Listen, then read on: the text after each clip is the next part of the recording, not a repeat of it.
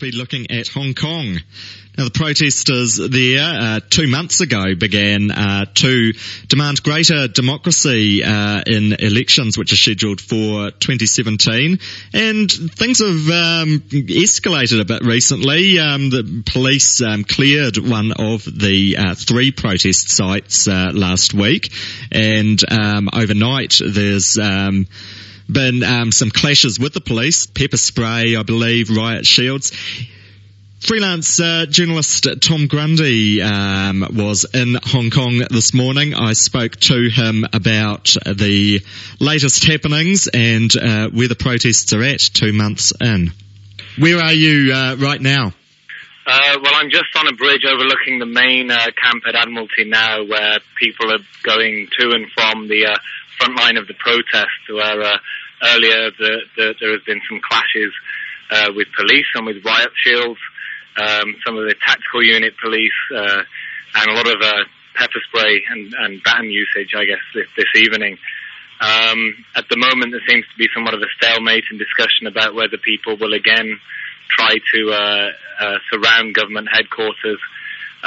Most of the battleground this evening has been a key road to the rear of the legislature, Lung Row Road, which has been a flashpoint at various times over the 64 days of the Occupy movement, but it's just past 3 a.m. here, and for the moment anyway, it seems to be calm. What were police trying to do tonight? Were they trying to clear the Admiralty site? Well, actually, it was an escalation by the students this evening. For a couple of days, some of the student leaders had been calling upon people to come prepared with goggles and other defensive measures and gather this Sunday today at the main Admiralty protest camp. There are two protest camps now, this one and a smaller one in a shopping district at Causeway Bay.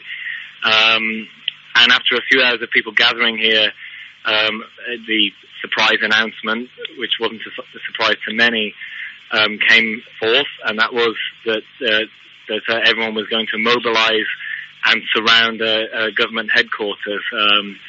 But as many will have seen the pictures, perhaps the students were beaten back several times by around 4,500 police officers who've been deployed on Hong Kong Island this evening.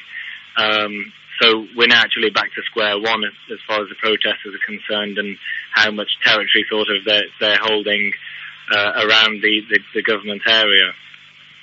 How violent has it been tonight? You mentioned riot shields and pepper spray. Are many people hurt? Yeah, I haven't got a clear number at the moment, but certainly in the dozens. And I've seen people at some of the makeshift first aid centres being treated.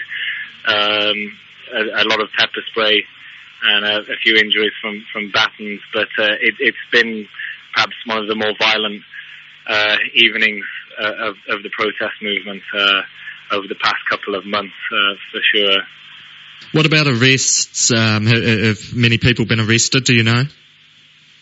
Yeah, as we're still in the thick of it, it's hard to get a number. I've not been checking, but I know that there's at least been 1 or 2 dozen. So yes, there's certainly been some arrests this evening. I've witnessed a few myself. Now, this follows on from last week when authorities cleared out one of the other protest sites in Mong Kok. So are police cracking down on the protesters? Well, that was more proactive on the police side over in Mong Kok, where a court injunction was enforced on Monday and Tuesday.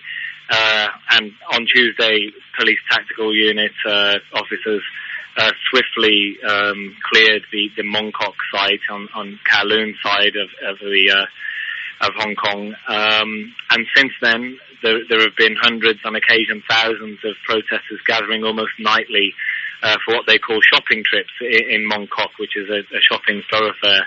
And that came after C.Y. Leung, the chief executive in Hong Kong, called upon people to return to the shops. So somewhat of a sarcastic response by protesters as they've headed in after dark and have been convening in somewhat of a challenge to the unlawful gathering laws they have in Hong Kong. So that's been going on for a few nights, and that's occasionally been quite humorous as protesters have gathered to watch film trailers on billboards for 3 hours, or simply give police the runaround until the early hours. But there's certainly been, a more serious escalation here tonight at the main Admiralty site. How big is this still? How many people are there at these the two remaining protest sites? Well, earlier when people were asked to convene at around 6 o'clock, we saw more people here than there have been in a good couple of weeks. But although there are over 2,000 tents that I'm overlooking at the main site, I think generally during the day you're seeing hundreds and maybe even fewer. It's hard to tell how many are actually staying overnight, but I think it's fair to suspect that most of the tents are not being used overnight. Recent surveys have suggested that the majority of Hong Kongers now believe that the students should retreat. Although certainly over the years it's clear that also many Hong Kongers still believe in the cause for universal suffrage and believe that there should be more representation in Hong Kong. But as far as the occupations are concerned, many seem to be losing sympathy with them.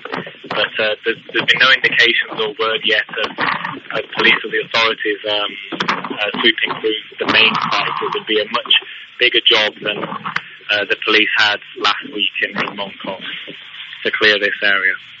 What about the student leaders of the protests? Is there any sight that they're giving up in the face of sort of dwindling numbers? Not really. I mean, it was they who suggested escalating this evening, although there were a couple of arrests of student leaders Joshua Wong and Lester Shum last week. They're not allowed to enter the Mong Kok area, but they're free to come here. They're on bail, I believe. And yeah, I guess that they are still pushing people to continue. They have previously said that this is the only leverage that the students have, the fact that they are occupying this 10-lane highway I'm overlooking now, and if that were given up, they would have, no leverage at all with the government. But the government has stopped speaking to protesters. Carrie Lam, the chief secretary, has said that door is closed now. So I think also a lot of protesters know and admit that in terms of full universal suffrage, one person, one vote, it's very unlikely Beijing are going to budge on that. But in the same breath, many say that they will still remain here because they have nothing else they can do.